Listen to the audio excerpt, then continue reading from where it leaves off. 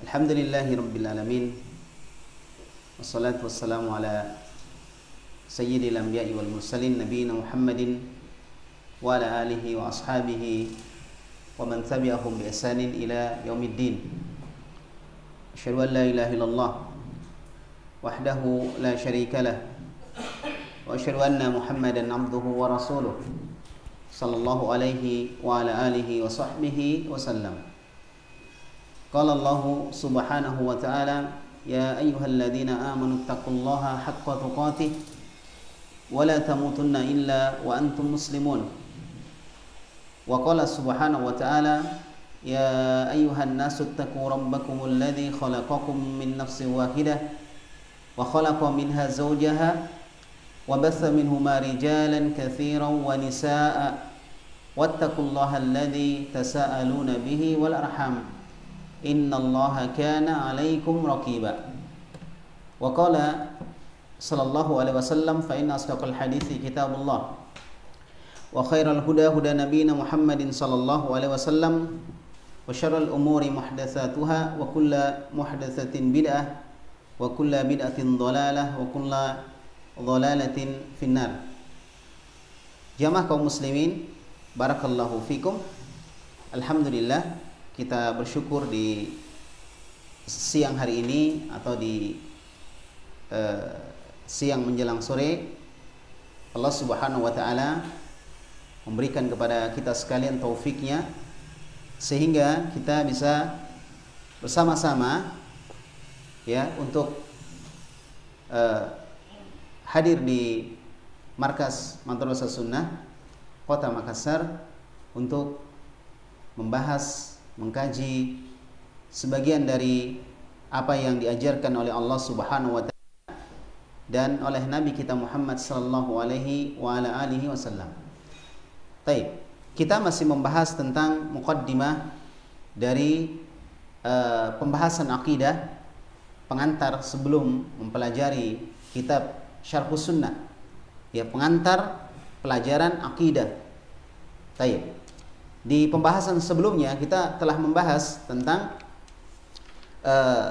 dasar-dasar ya salafus saleh di dalam memahami pembahasan akidah. Dasar-dasar salafus saleh di dalam memahami pembahasan akidah. Ya. Thariqah mereka, jalan mereka, asas mereka. Ya, asas mereka. Yang pertama kita sudah bahas tentang mereka di dalam memahami atau mempelajari akidah, mereka berhukum dengan Al-Quran dan Sunnah yang sahih pada setiap masalah yang mereka hadapi. Baik. Kemudian yang kedua, ya, yang juga dasar dari salafus saleh di dalam memahami akidah adalah ar-ruju' ila fahmi salafis salihai li nususil kitabi was sunnati. Ya, kembali kepada pemahaman salafus saleh terhadap nas-nas Al-Quran dan Sunnah.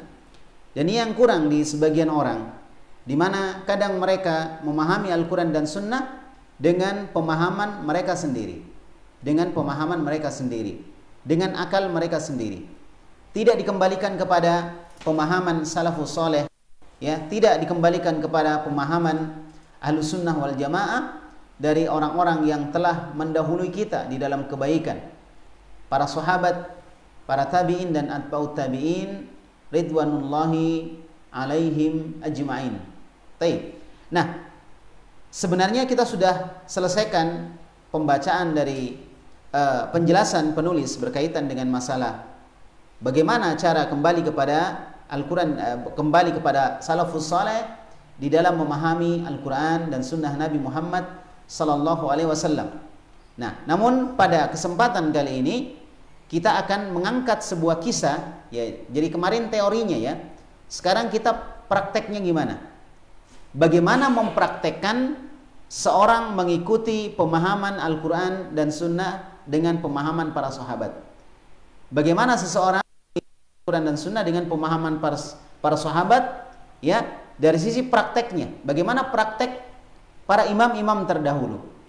Baik. Nah, di sini disebutkan, ya, untuk menjelaskan tentang bagaimana praktek memahami Al-Quran dan Sunnah dengan pemahaman salafus saleh, maka apa? Akan kita sebutkan sebuah kisah, ya, kisah yang menimpa Imam Ahmad rahimahullah, Imam Ahlussunnah wal Jamaah. Kisah yang menimpa beliau di masa-masa fitnah, ketika beliau rahimahullah taala dijebloskan ke dalam penjara karena tidak mau mengucapkan atau meyakini bahwa Al-Quran itu makhluk. Al-Quran itu makhluk. Dan kita berharap bahwa dengan menjelaskan ini kita akan mencapai dua tujuan sekaligus. Ya, dua tujuan sekaligus. Baik, yaitu memahami bagaimana praktek para ulama kita di dalam kembali kepada Al-Quran dan Sunnah. Kemudian memahami bagaimana mereka memahami Al-Quran dan Sunnah. Nah, disebutkan oleh Imam Al-Ajurri rahimahullah ta'ala, disebutkan oleh beliau, kata beliau, balawani anil muhtadi, telah sampai kepada saya dari Al-Muhtadi rahimahullah, annahu qala, dia mengatakan, nah ini anaknya Al-Wathiq. Al-Wathiq itu salah seorang khalifah yang memenjara Imam Ahmad bin Hanbal. Ya, Imam Ahmad bin Hanbal. Dia khalifah terakhir yang memenjara Imam Ahmad bin Hanbal. Dan anaknya Al-Muhtadi, ya, dia mengatakan, ma qata'a abi, yakni Al-Wathiq, illa syekhun ji'a bihi minal musisah. Katanya, tidak ada yang bisa menghentikan bapakku, ya, menghentikan dari pemahaman dia, pemahaman Mu'tazilah yang meyakini Al-Quran itu makhluk.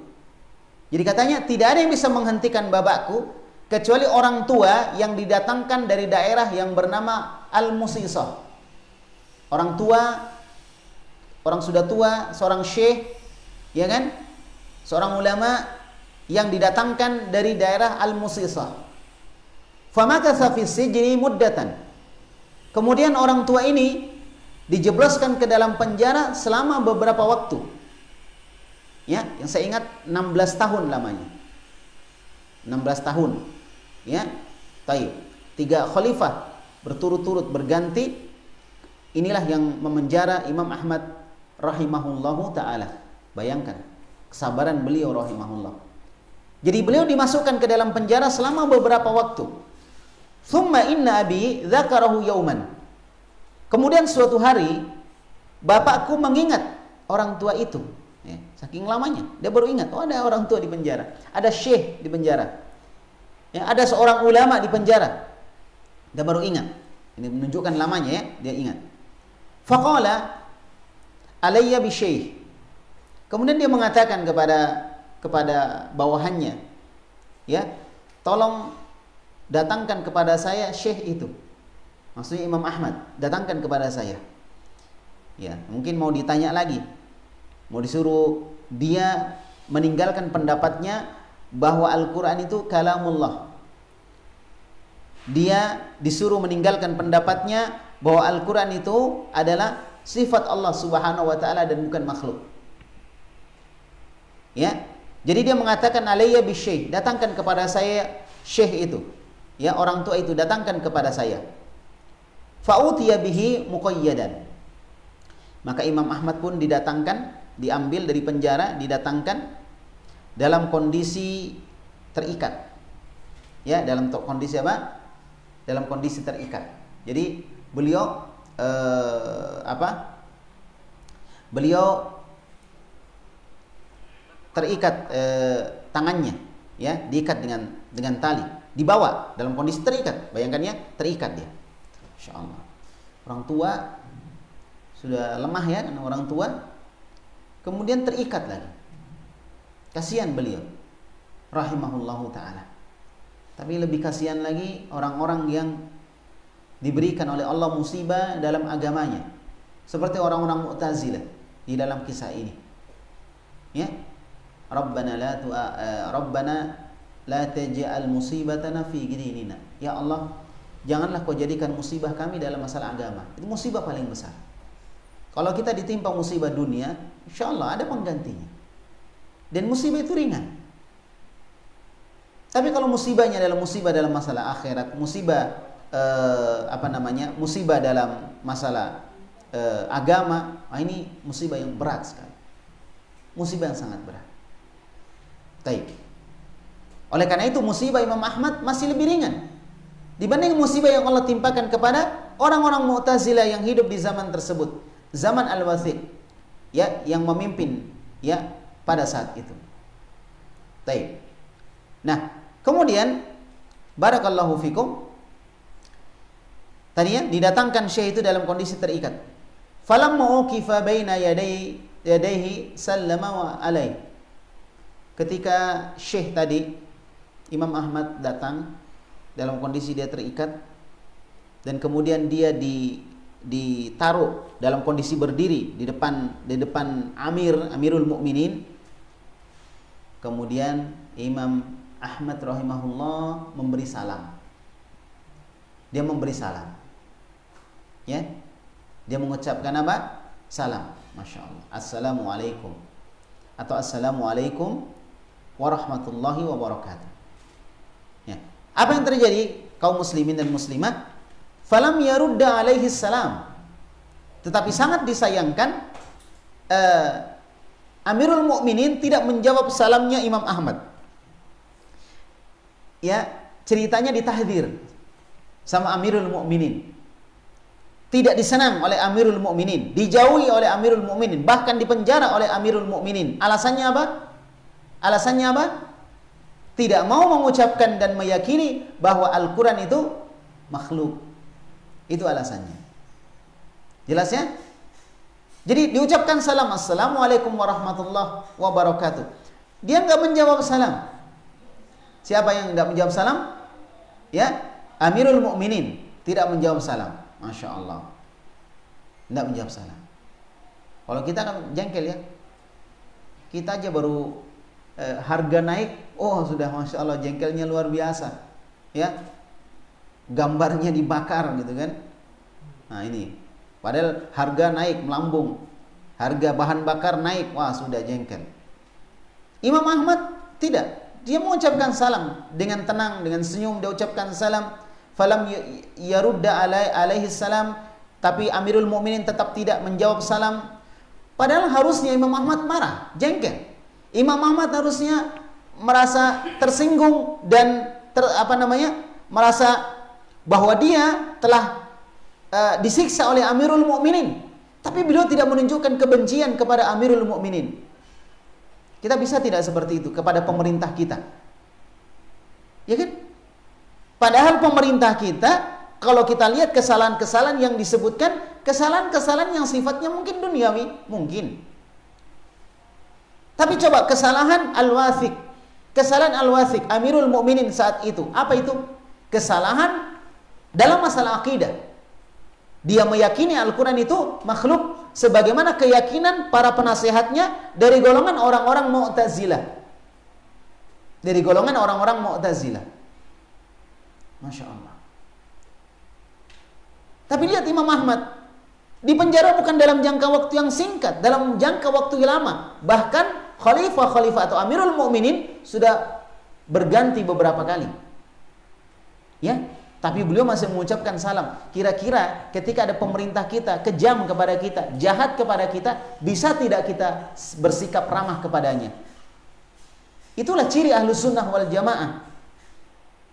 Dia menuntut haknya kepada Allah, lalu dia memberikan haknya kepada pemerintahnya, karena dia punya hak untuk dihormati, untuk dimuliakan. Itulah hak pemerintah, kita berikan. Adapun hak kita yang mungkin diambil pemerintah, kita menuntut kepada Allah Subhanahu wa taala. Ya, meminta kepada Allah supaya Allah mengembalikan hak kita. Nah, pokoknya gitu ceritanya. Tidak dijawab salamnya. Apa kata Imam Ahmad? Faqala lahu Syekh, berkata Imam Ahmad, ya Amirul Mukminin, masih dipanggil Amirul Mukminin. Wahai Amirul Mukminin. Coba lihat sebagian kita, kadang memanggil nama pemimpin kita, ya, pemimpin kita dengan panggilan-panggilan yang buruk. Bahkan kadang memanggil dengan panggilan binatang, wal iyadzubillah. Ini keburukan tentunya, menghina, mengejek. Walaupun kadang kalau dia nulis nama binatangnya, bagian terakhirnya dihapus, supaya nggak kentara.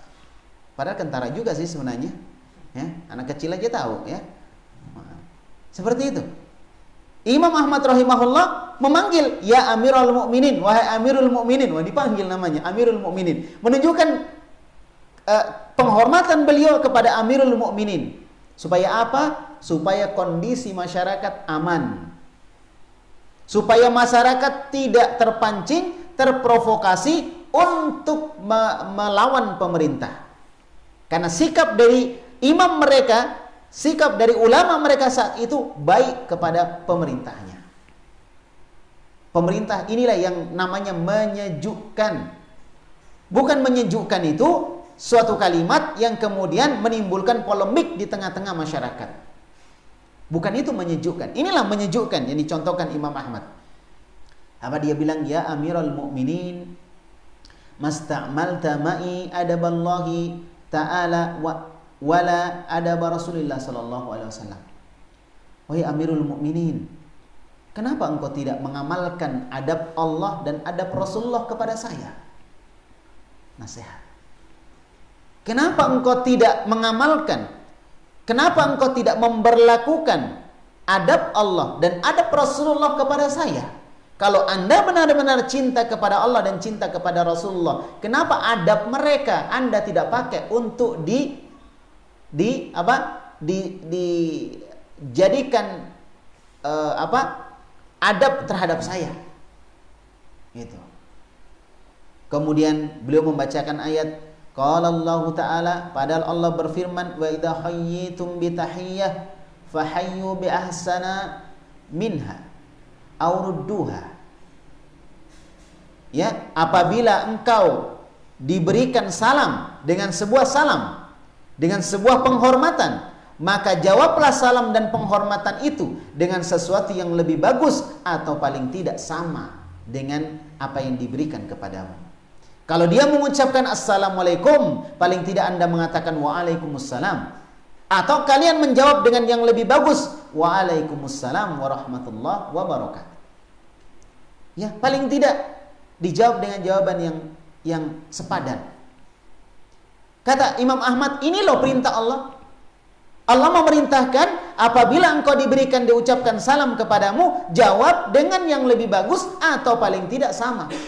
Ini loh perintah Allah, nah gitu, kepada Amirul Mukminin. Tapi caranya Masya Allah lembut. Kalau bisa dikasih kuadrat, saya kasih kuadrat deh, lembut kuadrat. Lembut betul caranya beliau. Lembut. Tidak keras-kerasan, tidak bentak-bentakan kepada pemerintah. Tapi lembut. Inilah yang menyebabkan nanti Al-Wathiq kemudian sadar kesalahannya. Ya. Bagaimana sadarnya beliau? Kita lihat. Wa amaran Nabi sallallahu alaihi wasallam biraddis salam. Dan Nabi Muhammad sallallahu alaihi wasallam memerintahkan kita untuk menjawab salam. Kenapa Anda wahai Amirul Mukminin tidak menjawab salam saya? Wa ana mahbusun faqala lahu, kemudian Amirul Mukminin menyerah gitu. Langsung dia mengatakan waalaikumsalam. Walaupun jawabannya singkat ya, waalaikumsalam gitu. Tapi paling tidak di sini kita melihat orang yang dongkol kepada Imam Ahmad ini, dongkol sama Imam Ahmad ini. Ngapain ini orang sudah 16 tahun di penjara masih kayak gini? Nggak mau, bahasa dia, nggak mau taubat. Padahal yang harusnya taubat Amirul Mukminin ya. Gitu. Jadi dia dipaksa, mau dipaksa untuk mengucapkan Al-Quran makhluk. Gitu. Ini prosesnya seperti ini. Ya kan? Tapi Amirul Mukminin menyerah. Artinya dakwah masuk ke dalam hati Amirul Mukminin. Langsung, tidak tahu ini karena terpaksa atau dia ikhlas memang mengucapkannya, tapi masuk. Disebutkan satu ayat, disebutkan hadis, ya, masuk. Apa kata Amirul Mukminin? Waalaikumsalam. Semoga Allah juga memberi selamat kepada kamu. Nah, sudah, penting masuk satu dakwah. Gitu. Dakwah itu satu-satu. Masya Allah. Nah, kemudian jamaah kaum muslimin yang saya hormati dan saya muliakan.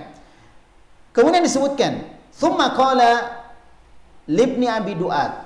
Kemudian Amirul Mukminin Al-Wathiq berkata kepada penasehatnya, namanya Ibnu Abi Du'ad. Ini salah satu dedengkot Mu'tazilah pada saat itu. Ibnu Abi Duat, ingat namanya, tandai orangnya. Sudah meninggal ya. Jangan dicari, tandai orangnya, cari orangnya. Namanya Ibnu Abi Duat. Ya, dia ini adalah dedengkot Mu'tazilah pada saat itu, sang penasehat raja atau Amirul Mukminin saat itu. Sehingga Amirul Mukminin dinasehati supaya dia mengikuti pemahaman Mu'tazilah. Iya kan? Masya Allah. Kemudian Amirul Mukminin mengatakan kepada Ibnu Abi Duat, salhu. Wahai Ibnu Abi Duat, coba kamu tanya itu orang tua itu.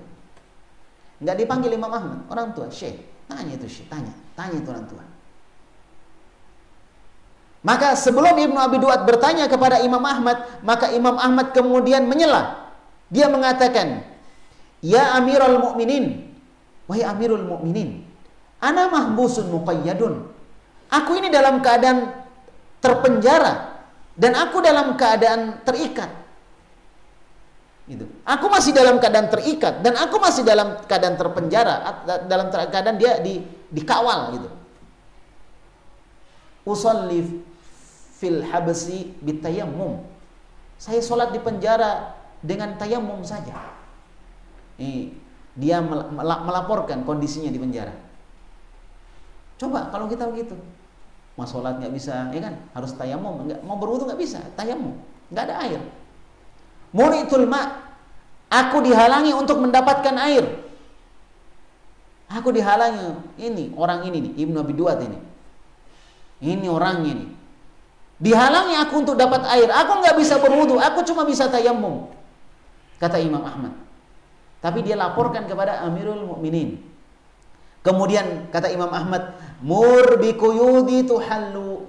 Wahai Amirul Mukminin, coba tolong sampaikan kepada dia supaya dia lepaskan taliku ini, ikatanku ini. Jadi dia nggak bicara kepada siapa? Ibnu Abi Duat. Tahdir. Nggak mau diajak bicarain orang masalah ini, akidahnya rusak, gara-gara dia rusak negara. Saya nggak mau bicara sama dia, kecuali terpaksa ya. Tapi asalnya dia nggak mau bicara. Jadi dia nggak mengatakan, Ibnu Abi Duat tolong lepas saya. Enggak. Dia bilang kepada Amirul Mukminin, wahai Amirul Mukminin, tolong perintahkan kepada Ibnu Abi Duat, lepaskan ikatan saya ini. Jadi dia mintanya kepada Amirul Mukminin. Jadi mainnya main pantul ya, nggak langsung. Ini jengkel mungkin, nggak senang dia dengan Ibnu Abi Duat. Gara-gara dia nih, pemahaman kaum muslimin saat itu jadi rusak. Gara-gara dia ini, ya para ulama banyak yang terbunuh dan terluka. Benar-benar ini Ibnu Abi Duat ini. Makanya dia nggak ajak bicara. Wahai Amirul Mukminin, tolong perintahkan kepada orang itu lepaskan ikatan saya. Wa murli bima'in, perintahkan juga dia, suruh ambilkan saya air. Atatahharu wa usolli, karena saya mau bersuci dan saya mau sholat. Mintanya sama Amirul Mukminin.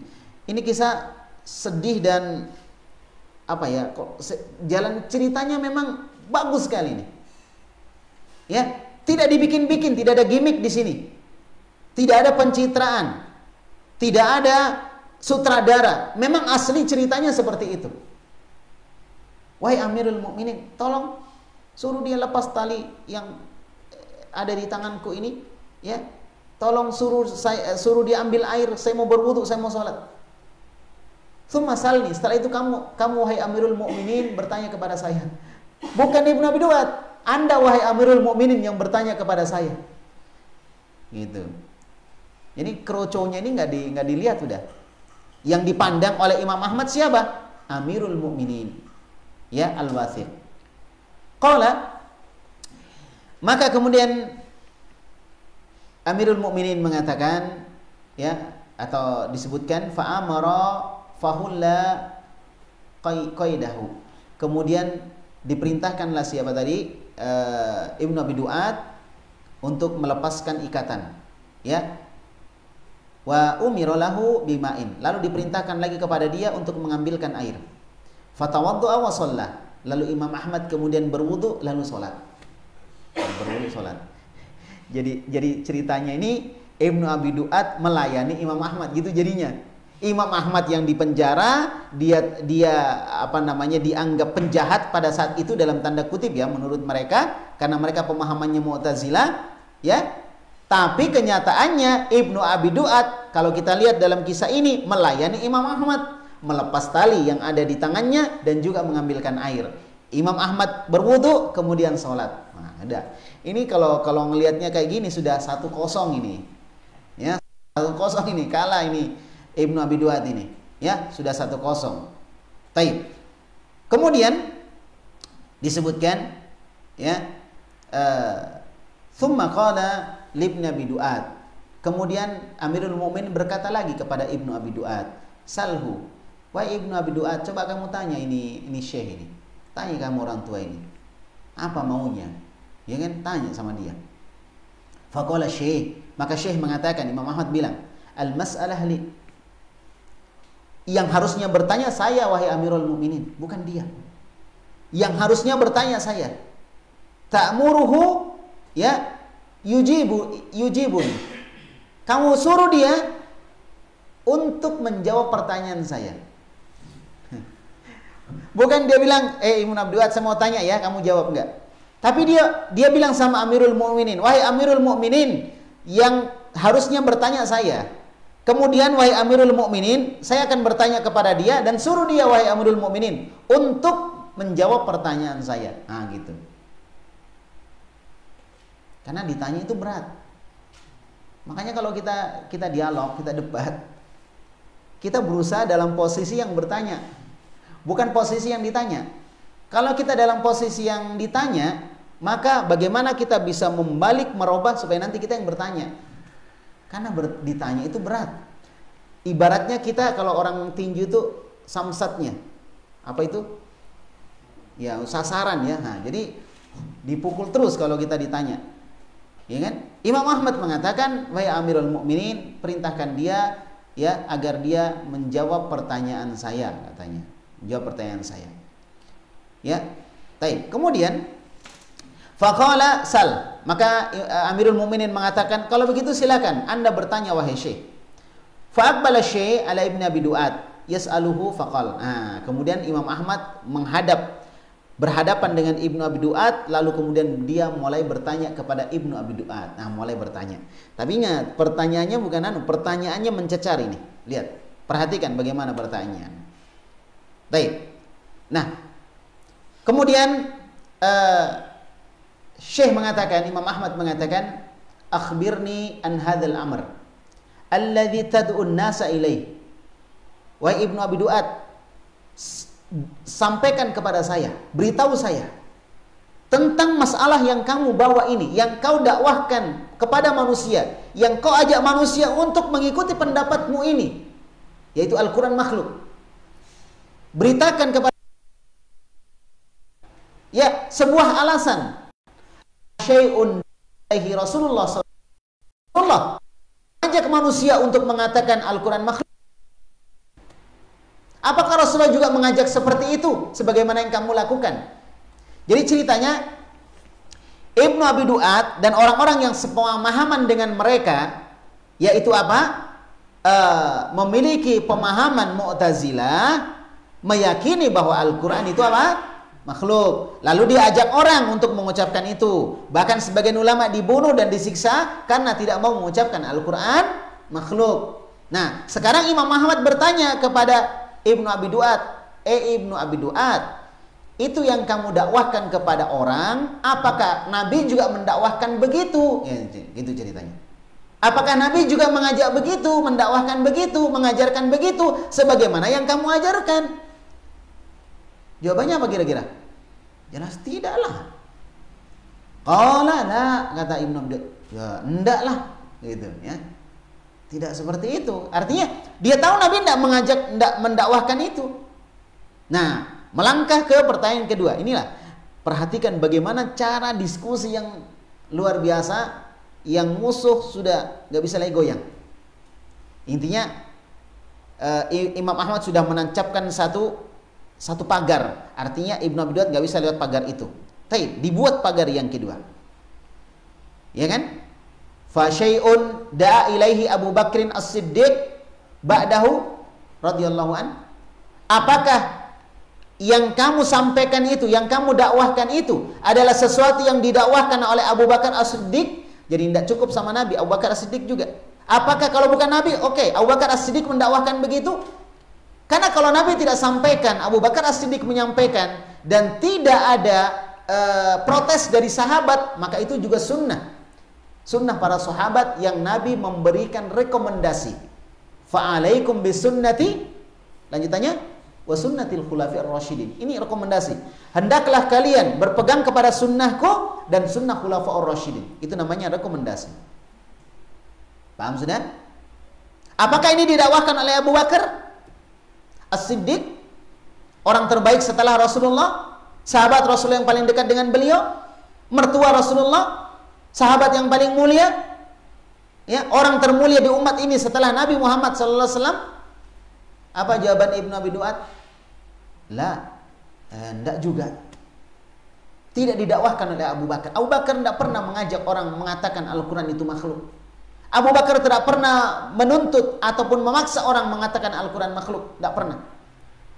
Qala, berkata lagi Imam Ahmad, fasyai'un da'a ilaihi Umar bin Al-Khattab radhiyallahu anhu ba'dahuma. Kalau begitu berarti masalah yang kamu dakwahkan ini adalah masalah yang didakwahkan, ya, oleh Umar bin Khattab radhiyallahu anhu. Umar bin Khattab radhiyallahu anhu. Kalau begitu, ya, kalau Nabi tidak mendakwahkan, Abu Bakar tidak, berarti Umar bin Khattab dong mendakwahkan. Jawabannya sama. Faqala, oh enggak juga. Udah ya, dua, udah. Masih ada dua senjata lagi nih. Masih ada siapa? Utsman, masih ada Ali, karena ini khulafaur rasyidin. Kalau mereka masih mengamalkan, ya berarti dia punya dalil. Nah, inilah bagaimana mempraktekkan apa? Pemahaman salafus saleh. Ini jadi Imam Ahmad mengajak Ibnu Abi Duat untuk memahami Al-Quran dan Sunnah seperti pemahaman salafus saleh tanpa disadari oleh Ibnu Abi Duat. Benar-benar sebuah dialog yang sangat halus sekali, luar biasa ini.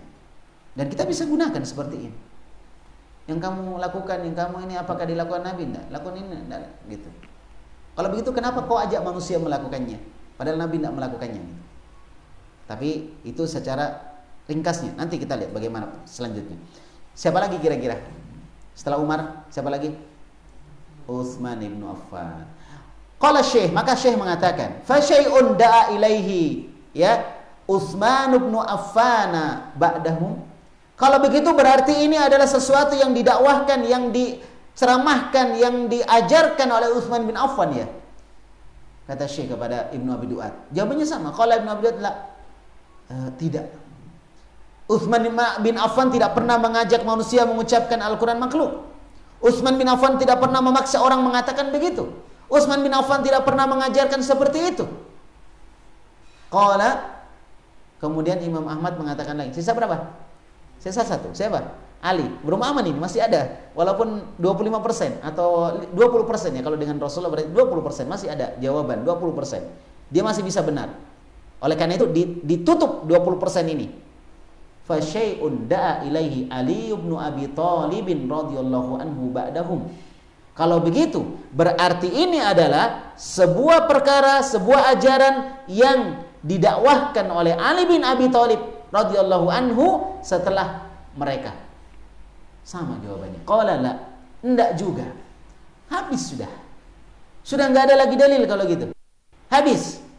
Nah, kemudian ditutup dengan indah. Kalau bahasa kita closing. Ini. Di closing oleh Imam Ahmad. Apa closingnya? Perhatikan. Ini intinya, karena inti di closing ya. Intinya closing. Makanya kalau orang biasa diskusi atau debat, biasanya menang yang terakhir, walaupun salah dia. Karena yang terakhir itu yang didengar. Makanya enak kalau kita jadi yang terakhir, kita closing. Bagaimana closingnya? Perhatikan. Closing ini adalah kesimpulan dari apa yang beliau sebutkan tadi. Taib. Dengarkan baik-baik dan pahami kaidahnya Imam Ahmad. Kata Imam Ahmad, fa syai'un lam yad'u Rasulullah sallallahu alaihi wasallam. Sesuatu yang Nabi tidak pernah dakwahkan. Wala Abu Bakrin, tidak pula Abu Bakar. Wala Umar, tidak pula Umar bin Khattab. Ya, wala Utsman, tidak pula Utsman bin Affan, wala Aliun radhiyallahu anhum, tidak pula Ali. Semoga Allah meridai mereka semuanya. Ya, tad'u antan nasa ilaih. Nabi Abu Bakar As-Siddiq, Umar ibn Khattab, Utsman ibn Affan, Ali ibn Abi Thalib tidak pernah mendakwahkan itu. Sekarang kenapa kamu mengajak manusia, mendakwahkan itu kepada manusia? Jadi seakan-akan dikatakan kepada Ibnu Abi Duat, ente ikut siapa? Ikut siapa? Nabi tidak pernah ajak, Utsman nggak pernah ajak, Abu Bakar nggak pernah ajak, Ali nggak pernah ajak, Umar nggak pernah ajak. Kenapa kamu ajak manusia? Kamu ikut siapa? Pendahulumu siapa? Gitu kan? Walaupun nggak disebut ya, tapi kenanya dia di situ. Pendahulumu siapa? Yang memberikan contoh kamu siapa? Nabi tidak, Khulafaur Rasyidun juga tidak. Siapa? Masya Allah, Masya Allah. Ya, maka kemudian kalau Nabi dan 4 sahabat yang mulia Khulafaur Rasyidin tidak mendakwakannya, lalu engkau mendakwahkan ini kepada manusia, laisa yakhlu an taqul, maka kamu tidak akan lepas untuk mengatakan 2 perkara. Ya, kamu mengatakan 2 perkara. Alimuhu au jahiluhu. Berarti ada 2 kemungkinan. Mungkin mereka Nabi dan Khulafaur Rasyidin yang 4 itu tahu tentang masalah ini, atau kemungkinan yang kedua mereka tidak tahu. Ceritanya kan Nabi dan para sahabat tidak pernah mendakwahkan itu, ya kan? Tidak pernah menyampaikan itu, tidak pernah mengajarkan itu, tidak pernah mencontohkan itu. Nabi dan para 4 sahabatnya tadi.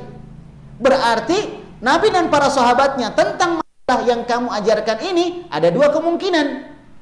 Kemungkinan pertama apa? Mereka tahu, tapi mereka tidak ajarkan. Tahu tapi tidak diajarkan, karena tidak diajarkan. Yang kedua, mereka tidak tahu. Jadi Ibnu Abi Duat suruh pilih, kira-kira mereka tahu atau tidak?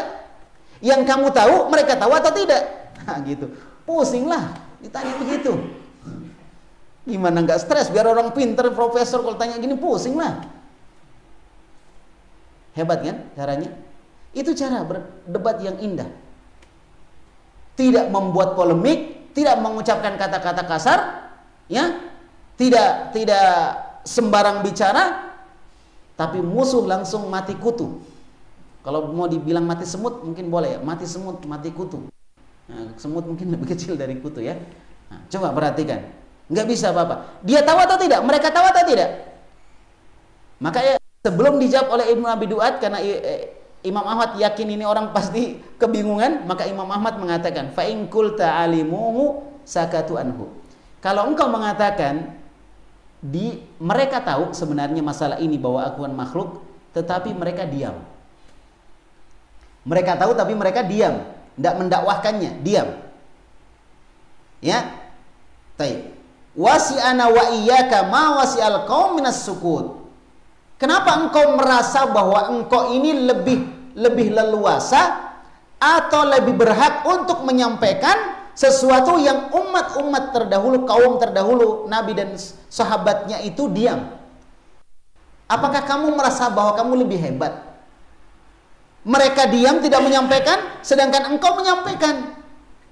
Apakah engkau merasa kau lebih hebat? Ya, sehingga engkau menyampaikan, mereka tidak.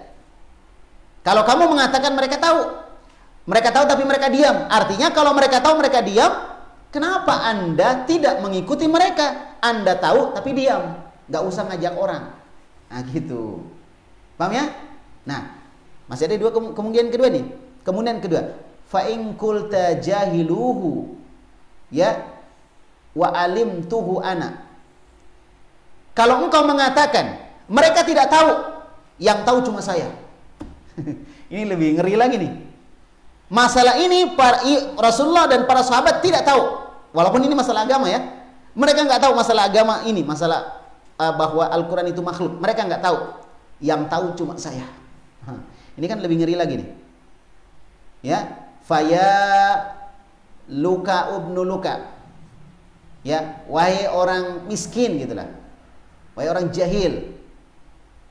Yajhalun Nabi sallallahu alaihi wasallam wa khulafaur rasyidun radhiyallahu anhum syai'an ta'lamuhu anta wa ashabuk.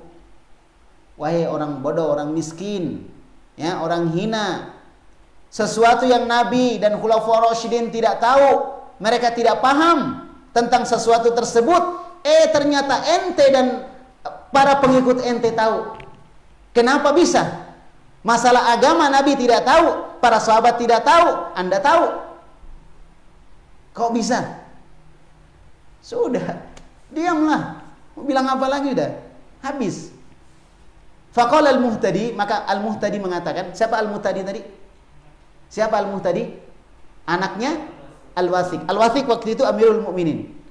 Amirul Mukminin yang juga memenjarakan Imam Ahmad. Al-muhtadi waktu itu ngelihat dengan mata kepala sendiri.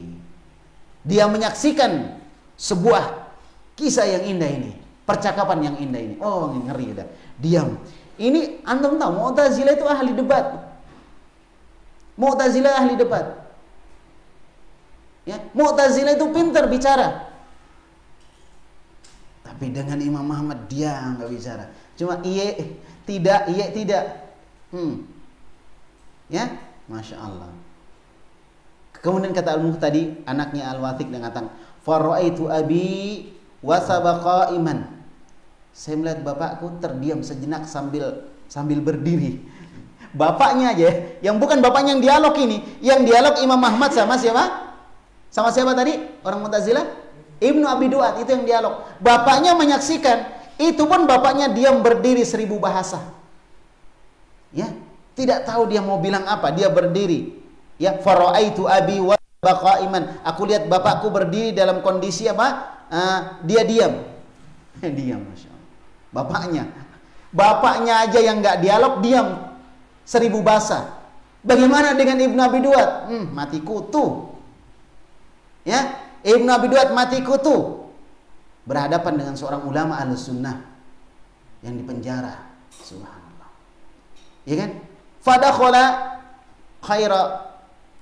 Ya, atau fadahul hayra. Kemudian dia masuk ke dalam sebuah taman, ya, seperti taman. Wa ja'ala thawbahu fi fihi, ya.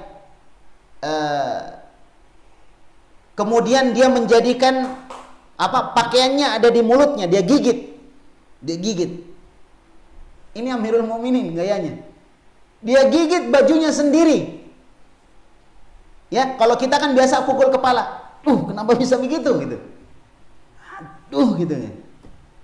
Gitulah gambarannya. Kalau beliau dia gigit bajunya. Ya. Dia gigit bajunya. Sambil apa? Yadhaku, sambil lihat tertawa. Mentertawakan dirinya sendiri. Amirul Mukminin ini kondisinya. Ibnu Abi Duat enggak usah dilihat. Enggak tahu gimana dia, sudah mati kutu, diam, dia enggak bisa apa-apa. Padahal di ahlinya. Makanya Amirul Mukminin Al-Wathiq memerintahkan kepada siapa tadi? Ibnu Abi Duat untuk bertanya. Ini andalanku. Ya kan? Ternyata dia iya saja, tidak bisa jawab apa-apa. Maka raja gigit baju, dia gimana ini? Ya, benar-benar KO. Ya, KO. Tayyib, KO dia. Kalau Khabib bisa meng-KO misalnya ronde keempat atau ronde ketiga, ini ronde belum ada ronde ini ya, ronde pertama sudah KO ini ya. Tayyib. Perhatikan, Masya Allah. Ya kan? Ya. Dia tertawa, mentertawakan dirinya sendiri, summa qala yaqul, kemudian dia mengatakan shadaqah. Sepertinya Syekh tadi benar gitu. Sepertinya Syekh tadi itu benar. Orang tua itu benar. Laisa yakhlu min an naqul jahaluhu au alimu. Tidak ada kemungkinan kecuali saya mengatakan dua perkara. Nabi dan para sahabatnya tahu, atau Nabi dan para sahabatnya tidak tahu. Dan semuanya buruk. Dua-duanya nggak bagus. Ya, kalau mereka tahu, mereka tidak mendakwahkan. Kenapa saya mendakwahkan? Berarti saya ini berani sekali. Jadi sebenarnya Amirul Mukminin itu baik. Dia mau ikut sunnah.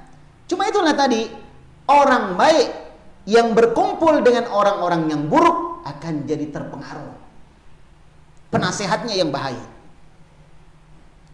Makanya Imam Ahmad benci kepada penasehatnya itu, Ibnu Abi Duat. Apa kata Rasulullah? Al-mar'u ala dini khalili.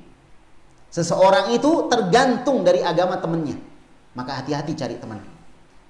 Kisah orang yang membunuh 100 nyawa. Kemudian diperintahkan kepada orang itu untuk pindah dari kampungnya yang buruk ke kampung yang baik.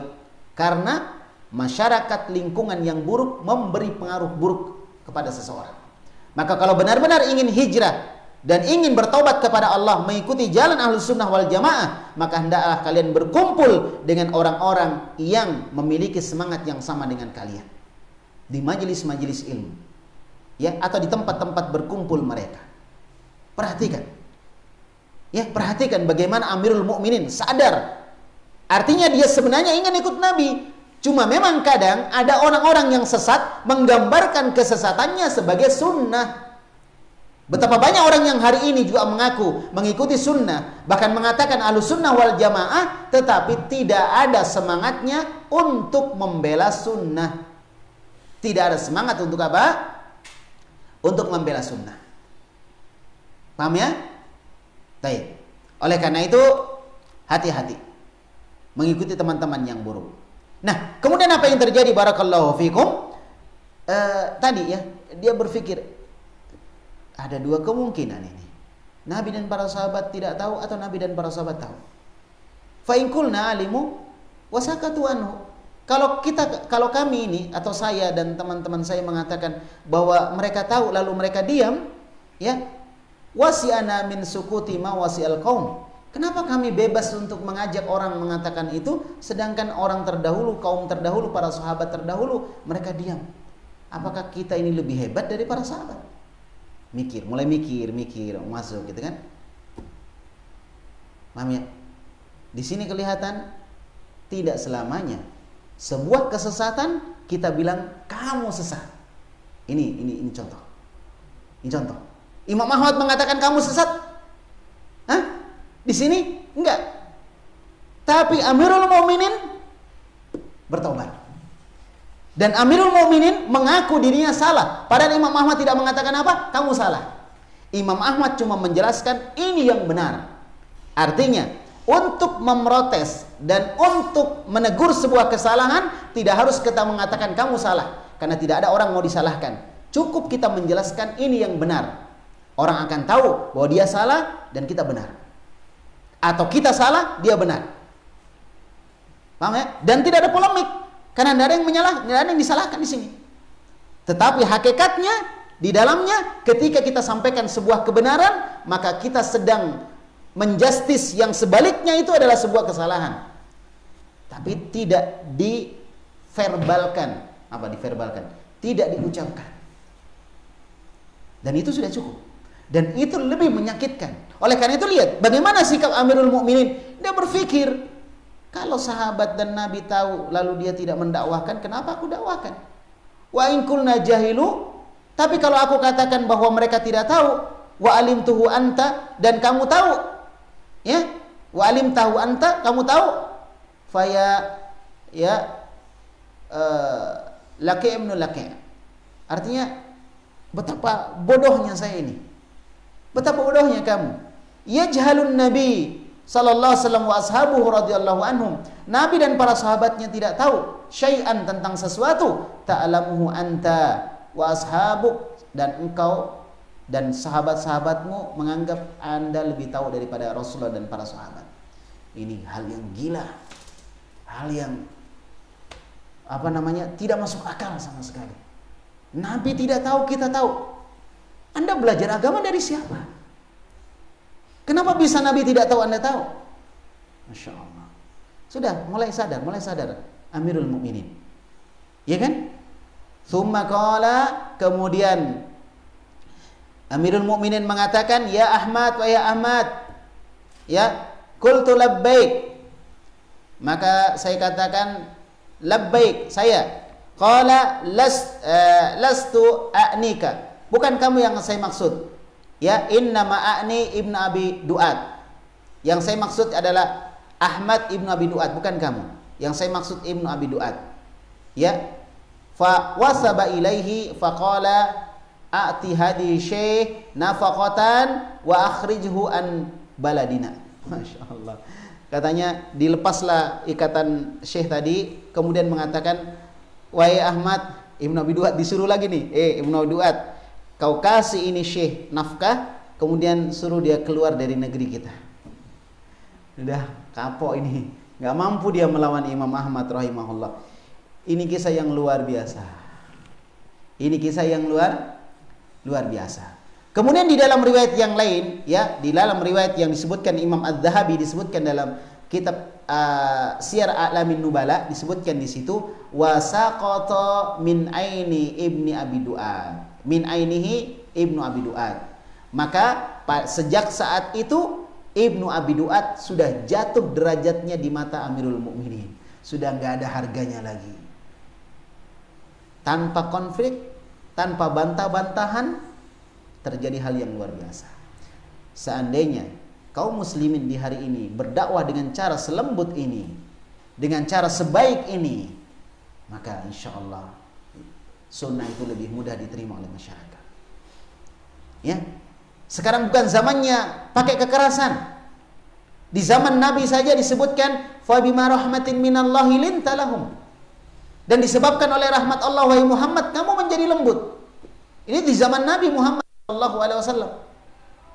Di zaman Nabi Muhammad sallallahu alaihi wasallam dakwahnya Nabi kelembutan. Apalagi di zaman kita sekarang ini yang sekedar yang sedikit-sedikit sudah lapor pelanggaran undang-undang IT, dicari orangnya, didatangkan pasukan titik-titiknya, ya kan? Tersinggung orang, baper orang. Maka cara yang dilakukan oleh Imam Ahmad, ya, adalah salah satu masukan untuk kita semua. Bagaimana berdakwah dengan lembut, bagaimana berdakwah dengan santun, bagaimana berdakwah dengan gemulai, dengan pelan-pelan, tetapi pukulannya keras. Kayak orang main pencaksilat. Orang main pencaksilat gerakannya kayak menari-nari biasa-biasa kayak gitu, ya. Ya kan? Biasa-biasa gerakannya. Tetapi apa? Wah, kalau kena kita bisa terlempar. Wah, ini nggak bisa bela diri, gerakannya lembek sekali gerakannya. Kita maju, kita kena pukulannya, kita terlempar. Bahkan tulang kita bisa patah. Ya, padahal lembut. Jadi kadang yang lembut itu bisa membinasakan. Kadang lembut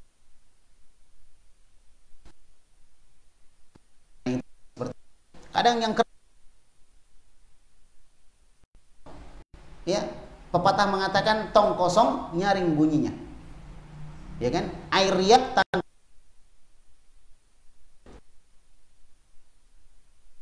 pukul bunyinya.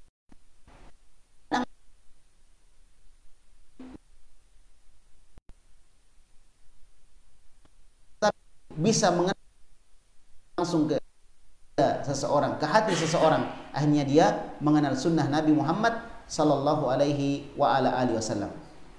Dakwah. Jelas insyaallah. Nah, ini insyaallah memperjelas apa yang sudah kita sebutkan sebelumnya berkaitan dengan masalah mengikuti salafus saleh di dalam memahami Al-Qur'an dan Sunnah. Memahami Al-Qur'an dan Sunnah. Nah, jadi kadang ada orang yang tidak mau ikut pemahaman Ahlussunnah, pemahaman salafus saleh, tidak mau mengikuti pemahaman sahabat, pemahaman para tabi'in, maka diarahkan seperti tadi modelnya, diarahkan. Ya, kalau diarahkan maka insyaallah. Dan di sini Imam Ahmad tidak menyebut semua sahabat, dia sebut tokoh-tokoh sahabat yang 4 orang itu, Khulafaur Rasyidun, yang Nabi memang memberikan rekomendasi kepada mereka ketika mereka membuat sesuatu, maka apa yang mereka lakukan selama tidak ada kritikan ataupun sanggahan dari para sahabat yang lain, maka itu adalah hujjah, dalil yang bisa digunakan sebagai apa? Sebagai dalil. Itu asas yang kedua, ya, tentang bagaimana cara salafus saleh di dalam belajar akidah, di mana mereka mengembalikan pemahaman Al-Quran dan Sunnah kepada pemahaman sahabat. Jadi yang pertama berhukum kepada Al-Quran dan Sunnah, dan yang kedua memahami Al-Quran dan Sunnah dengan pemahaman para sahabat. Jelas? Kemudian yang ketiga, adamu al-khawdi bil aqlil mujarrodi fil masailil i'tiqadiyati wa ghairiha. Tidak sekedar menggunakan akal di dalam memahami masalah-masalah akidah dan selainnya. Gitu. Jadi bukan nggak boleh pakai akal, tapi tidak sekedar menggunakan akal saja. Bukan sekedar akal yang digunakan. Ya kan? Taib. Wallati nassu alaina al-Qur'an wa sahihus sunnah wa khassatan al-ghaibiyah minha wa hiya mimma la majala lil aqli fiha. Sesuatu yang telah dinaskan oleh Al-Quran, artinya disebutkan dalam Al-Quran, dan juga disebutkan di dalam sunnah yang sahih, terkhusus masalah-masalah gaib, maka tidak ada tempat bagi akal untuk ikut nimbrung di dalamnya, mengacak-acak apa yang sudah ditetapkan Al-Quran dan ditetapkan di dalam sunnah yang sahih. Tidak boleh. Akal tugasnya hanya untuk memahami nas Al-Quran dan Sunnah, dan bukan memberikan kontradiksi, perlawanan. Bukan. Tapi memahami Al-Quran dan Sunnah. Dia pahami itu Al-Quran dan Sunnah, apa mau Allah dan apa mau Rasul. Ya kan? Dengan pemahaman para sahabat. Itulah fungsinya akal. Bukan membuat sesuatu yang baru kemudian ditabrakkan dengan Al-Quran dan Sunnah. Bukan. Fa'idha ja'an nasu anillah fi kalamihir karim. Apabila telah datang naskah dari Allah Subhanahu wa taala di dalam firman-Nya yang mulia. Wan nasu an rasulihi al-mustafa. Dan datang nas dari Rasulnya yang terpilih sallallahu alaihi wasallam. Jadi kalau ada ayat Al-Qur'an, ada hadis-hadis Rasulullah, wa qad sabata sahihan anhu, dan hadis itu telah sahih dari Nabi Muhammad, sallallahu alaihi wasallam. Ya, telah sahih dari Nabi Muhammad sallallahu alaihi wasallam, wajib al-akhdhu bihi wal amalu. Maka wajib untuk mengambil Quran itu dan mengambil sunnah itu, hadis tersebut, wal amalu, dan mengamalkannya bittifaqi a'immati ahli sunnah fil aqaid wal ibadah wal muamalat, menurut kesepakatan ahlu sunnah, baik dalam masalah akidah, dalam masalah muamalah, atau dalam masalah ibadah. Kalau ada Al-Quran dan Sunnah, maka itu yang diambil. Wajib al-akhdhu, wajib untuk mengambilnya dan mengamalkannya menurut kesepakatan ahlu sunnah. Ya kan? Imam Abu Hanifah mengatakan, idza sahal hadis fahuwa madhhabi. Kalau hadis telah sahih, maka itu pendapat saya, kata Imam Abu Hanifah. Ya. Kemudian kata Imam Malik, kullun yukhad wa yutrak ila sahibu hadzal qabr. Semua orang bisa ditolak pendapatnya dan diambil pendapatnya. Jadi siapapun dia, boleh kita ambil pendapatnya, bisa juga kita tolak. Illa sahibu hadzal qabr. Kecuali orang yang berada di dalam kubur ini. Beliau menunjuk kuburnya Rasulullah SAW. Beliau nggak boleh ditolak pendapatnya dalam masalah agama. Nggak ada pilihan kecuali menerima. Ya ayyuhalladzina amanu la tuqaddimu baina yadayillahi wa rasulih. Wahai orang-orang yang beriman, jangan kalian mendahului firman Allah dan sabda Rasulullah SAW. Jadi kata Imam Malik, semua orang bisa diambil pendapatnya, bisa ditolak, kecuali Rasulullah. Ya. Kemudian kata Imam Syafi'i, man istabana lahu sunnatu Rasulillah sallallahu alaihi wasallam la yahillu lahu ayyadahu aw ayyadaha liqaulin akhar. Barang siapa yang jelas di depan matanya sunnah Rasulullah, maka tidak layak bagi orang itu, atau bahkan beliau sebutkan la yahillu, tidak halal bagi orang itu untuk meninggalkan sunnah Rasulullah cuma gara-gara mengikuti pendapat orang lain. Kata Imam Syafi'i rahimahullah. Dan kata Imam Ahmad rahimahullah ta'ala, kata Imam Ahmad, man radda hadits Rasulullah sallallahu alaihi wasallam fahuwa ala safahufratin. Barang siapa yang membantah hadis Rasulullah, maka dia berada di tepi jurang kebinasaan. Halakatin, berada di dalam tepi jurang kebinasaan. Semua imam sepakat mereka bahwa sunnah Rasulullah harus lebih didahulukan. Al-Quran dan sunnah harus lebih didahulukan. Kalau kita katakan sunnah Rasul, masuk di dalamnya apa? Al-Quran. Kenapa? Karena Nabi menyebutkan utitul Quran wa mislahu ma'ahu.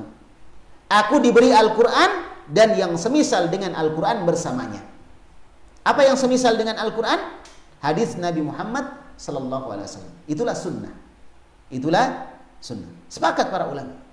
Dan ini dalam masalah akidah, dalam masalah ibadah, dalam masalah muamalah. Enggak dibeda-bedakan. Karena ada juga orang yang membedakan. Kalau dalam masalah muamalah, dalam masalah akidah, kalau hadisnya sahih tapi tidak mutawatir, ya bolehlah diambil. Tapi kalau dalam masalah akidah, walaupun hadisnya sahih, kalau tidak mutawatir, tidak diambil. Mutawatir itu artinya diriwayatkan dengan banyak jalan, sampai tidak memungkinkan orang-orang itu berdusta. Dalam penerimaan hadis tidak harus mutawatir. Benar, hadis mutawatir itu termasuk dari hadis yang diterima. Ya diambil, diamalkan. Tapi tidak harus hadisnya mutawatir. Karena hadis yang sahih, hadis yang hasan itu sudah bisa menjadi syarat diterimanya amalan atau hadis tersebut. Tidak harus mutawatir. Jelas insyaallah ya? Jadi ada orang membedakan. Kalau masalah ibadah, kalau masalah muamalah, boleh pakai hadis yang sahih walaupun tidak mutawatir. Tapi kalau dalam masalah akidah harus mutawatir. Ini ada yang seperti itu pemahamannya sampai hari ini. Sampai hari ini ada yang berpemahaman seperti itu. Ya, tahulah siapa mereka. Baik. Wala ibrata yaqulu ya man farraqa bainal khabaril mutawatiri wal ahadi. Maka tidak dianggap orang yang mengatakan dan membedakan antara berita atau hadis ahad itu bahwa jalan periwayatannya banyak, tapi kalau ahad apa tadi? Ya, pembicaraan tentang dhaif pada hadis mutawatir. Karena hadis diperiksa satu-satu. Diperiksa periwayatnya satu-satu, tentukan apakah hadisnya sahih ataukah hadisnya hasan atau dhaif atau bahkan jelas ya. Itu bahasan hadis apa? Hadis ahad dan fil akidah. Hadis mutawatir itu diamalkan dalam masalah akidah. Ya, diamalkan hadis yang mutawatir dalam masalah akidah. Waraddal ahad. Kalau dalam masalah akidah hadisnya ahad, dia nggak terima. Harus mutawatir. Padahal juga di dalam pembahasan hadis mutawatir yang disebutkan oleh para ulama bahwa hadis mutawatir itu ada mutawatir lafzi, lafadznya mutawatir semua, atau ada juga yang mutawatir makna. Artinya orang yang meriwayatkan lafadznya beda tapi maksudnya sama, itu namanya mutawatir apa? Maknawi. Dan itu mutawatir juga hitungannya. Itu yang mutawatir. Seperti misalnya tentang adab kubur. Ada orang Islam tidak terima adab kubur. Dia nggak yakin ada adab kubur, adab kubur. Dia nggak yakin ada adab kubur, adab kubur. Dia nggak yakin ada adab kubur.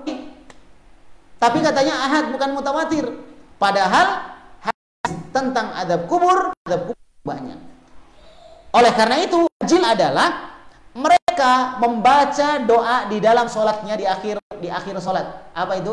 Allahumma inni a'udzubika min adzabi jahannam wa min adzabil qabri wa min fitnatil mahya wa mamat wa min syarri fitnatil masihid dajjal. Itu doa dari hadis yang tidak mutawatir. Mereka baca. Di situ ada apa? Allahumma inni a'udzubika min adabil qabri, dari adab kubur. Aku berlindung kepada Allah di adab kubur. Ada adab kubur di situ. Ketika mereka ditanya, loh kenapa ente baca? Oh ini kan dalam masalah akidah. Berarti ente yakini isinya? Enggak, cuma dibaca, enggak yakin isinya. Jadi ganjil. Jadi bingung. Ya kan? Oleh karena itu kesimpulannya Ahlussunnah wal Jamaah menerima hadis yang mutawatir ataupun ahad selama hadisnya adalah hadis yang sahih atau hasan. Ya kan? Bisa diterima. Walaupun dalam masalah akidah. Tidak membeda-bedakan dalam masalah akidah atau yang lain. Atau yang lain. Enggak seperti orang-orang itu. Membedakan, dia bedakan. Ya. Seandainya bukan karena undang-undang IT, mungkin kita sampaikan juga di sini. Nanti kena undang-undang IT. ya ambil mie, ya. Baik. Ala kulli hal, itu kekeliruan yang harus diluruskan. Itu kekeliruan yang harus diluruskan. Ya, baik. Wa ala anna tawatura ya qat'iyus tsubut. Dan mereka menganggap bahwa hadis mutawatir itu qat'iyus tsubut. Artinya periwayatannya itu qat'i, pasti. Kalau mutawatir, nggak mungkin dusta. Makanya nggak perlu diperiksa. Siapa yang meriwayatkan ini diperiksa satu-satu, nggak perlu kalau mutawatir. Makanya disebut qat'iyus tsubut. Artinya penetapannya, periwayatannya pasti benar. Wal ahad dhanniyus tsubut. Adapun hadis ahad dhanniyus tsubut, periwayatannya masih diragukan. Karena kadang ada sebuah hadis, ulama ini bilang sahih, ulama ini bilang dhaif. Itu, ya kan? Jadi masih diperselisihkan. Itu alasannya mereka tidak menerima hadis yang ahad. Tapi kan tidak semua begitu. Tidak semua seperti itu kondisinya. Ada banyak hadis yang ahad, semua ulama sepakat bahwa hadisnya sahih. Itu. Paham ya? Maka ini keliru juga. Harus diluruskan. Ya, wa ala isrihi fa farraqu bainad dalilil qat'i wadh-dhann. Jadi kesimpulannya mereka membedakan antara dalil yang qat'i dan dalil yang dhann. Dalil yang pasti benar atau dalil yang bisa benar bisa salah. Dia bedakan. Ahlussunnah tidak. Ahlussunnah selama dia sahih, ya kita terima. Kita terima. Jelas insyaallah. Nah, itulah beberapa hal yang menunjukkan ya sebagian orang memang mengikuti akal mereka. Mengikuti akal mereka. Baik. Insyaallah pertemuan akan datang baru kita bahas insyaallah. Jam berapa sekarang? Ya, kurang sedikit lagi jam 3. Jadi untuk pembahasan mendatang kita akan bahas tentang bagaimana membantah ini. Ya insyaallah. Baik. Bagaimana membantah hal tersebut. Ya, membedakan antara hadis-hadis yang mutawatir dan hadis yang ahad. Ya, dibedakan, sikapnya berbeda, menyikapinya dengan berbeda. Wallahu a'lam bishawab. Baik, sekarang kita akan jawab beberapa pertanyaan yang masuk insyaallah. Belum ada pertanyaan? Wah, ini mengingatkan waktu ini. Terima kasih. Jazakallahu khairan. Ya. Ada pertanyaan? Silakan. Tafadhol. Hah? Oh, masuk di WA. Baik. Bismillah. Assalamualaikum warahmatullahi wabarakatuh. Waalaikumsalam warahmatullahi wabarakatuh. Afwan Ustadz, saya mau bertanya. Tapi di luar dari tema. Apa perbedaan antara alam kubur dan alam barzah? Syukran. Ya sama aja, alam kubur, alam barzah. Ya alam kubur ya istilah kita di Indonesia paling banyak sebut alam kubur. Jadi ketika orang meninggal masuk di alam kubur atau alam barzah. Sama, ya. Tapi kalau bilang kuburan alam barzah beda. Kuburan ya masih di dunia, ya kan? Di dunia kuburan. Kita mau kemana Mas? Mau ke kuburan. Bukan kita ke alam kubur. Kalau ke alam kubur kita nggak balik-balik lagi. Jadi kita ke kuburan, jadi sebentar balik, gitu kan? Jadi kalau ketika orang bilang kuburan ya itu ya masih dunia. Tapi kalau dibilang alam kubur atau alam barzah ya berarti dia sudah meninggalkan dunia, gitu. Itu bedanya kuburan sama alam barzah. Tapi kalau alam kubur sama apa tadi? Alam barzah ya sama saja, sami mawon padha wae. Nah, sama saja, ya. Taib. Boleh bertanya admin berkaitan dengan Syarhus Sunnah. Pertanyaan saya, apakah maulid itu bid'ah ataukah tasyabbuh? Soalnya di kampung kami sudah 2 Jumat ini mengadakan maulid dan beberapa masjid dan dengan dalih bahwa bid'ah, dengan dalih bukan bid'ah karena tidak masuk perkara syariat. Mohon jawabannya. Kalau mereka bilang bukan perkara syariat, maka jangan sibukkan diri dengan perkara yang tidak disyariatkan. Bukan perkara syariat berarti nggak disyariatkan toh? Ya sudah selesai insyaallah. Taib, ala kulli hal Nabi tidak lakukan, sahabat tidak lakukan, dan lain sebagainya. Sama dengan Imam Muhammad tadi. Kalau Nabi dan para sahabat tidak mendakwahkannya, tidak melakukan, kenapa tidak melakukan? Padahal waktu itu mereka bisa melakukan atau tidak? Bisa. Kalau mobil iya. Kalau sekarang kita bisa naik mobil, dulu sahabat nggak bisa naik mobil. Kenapa? Mobil nggak ada. Tapi untuk mengadakan maulid bisa nggak dulu? Sangat bisa. Kalau Anda mengatakan Nabi dan para sahabat nggak tahu, kita bilang Allah tahu. Ya, suatu saat nanti akan diadakan maulid. Kalau itu baik, pasti Allah akan ajarkan kepada Nabi. Karena tidak ada kebaikan kecuali Nabi sudah diajari semuanya. Jelas? Wallahu a'lam. Maka ikut Nabi lebih bagus, lebih tenang, lebih aman. Dan kita berharap dekat dengan Nabi di hari kiamat kalau kita selalu ikut Nabi Muhammad SAW. Kalau bukan Nabi dibela, siapa lagi? Kalau bukan kita, siapa lagi? Kan? Kalau bukan sekarang, kapan lagi? Kalau bukan di sini, di mana lagi? Sampai ke situ ya. Barakallahu fiik. Taib, wallahu a'lam bishawab. Ya sudah, sabar aja, sabar. Ya, orang menjalankan sunnah harus banyak sabar. Bismillah. Assalamualaikum warahmatullahi wabarakatuh. Waalaikumsalam warahmatullahi wabarakatuh. Afwan Ustaz, mau bertanya, jika ada orang yang berbohong lalu bersumpah atas nama Allah, ya, agar agar kebohongannya dipercaya, lalu pada saat ketahuan dan diingatkan, yang berbohong itu berkata, saya akan mempertanggungjawabkan semuanya di akhirat nanti, seakan-akan mudah sekali dalam mempertanggungjawabkan kebohongannya. Apakah orang seperti itu masih bisa dipercaya? Ya, terserah Anda. Kalau dia bertobat, bisa dipercaya. Kalau dia nggak bertobat, ya jangan. Ya, orang seperti itu ya kita hati-hatilah. Orang yang berbohong, apalagi dia bersumpah dengan kebohongannya, maka hati-hati dengan orang seperti itu. Dan akhir zaman ya banyak kebohongan terjadi. Makanya disebutkan orang-orang di akhir zaman nanti, orang yang jujur dikatakan tidak amanah, dan orang yang tidak amanah dikatakan orang yang jujur. Ya, wallahu a'lam bishawab. Maka dijauhi yang seperti itu. Ya, dan jangan diikuti. Semoga Allah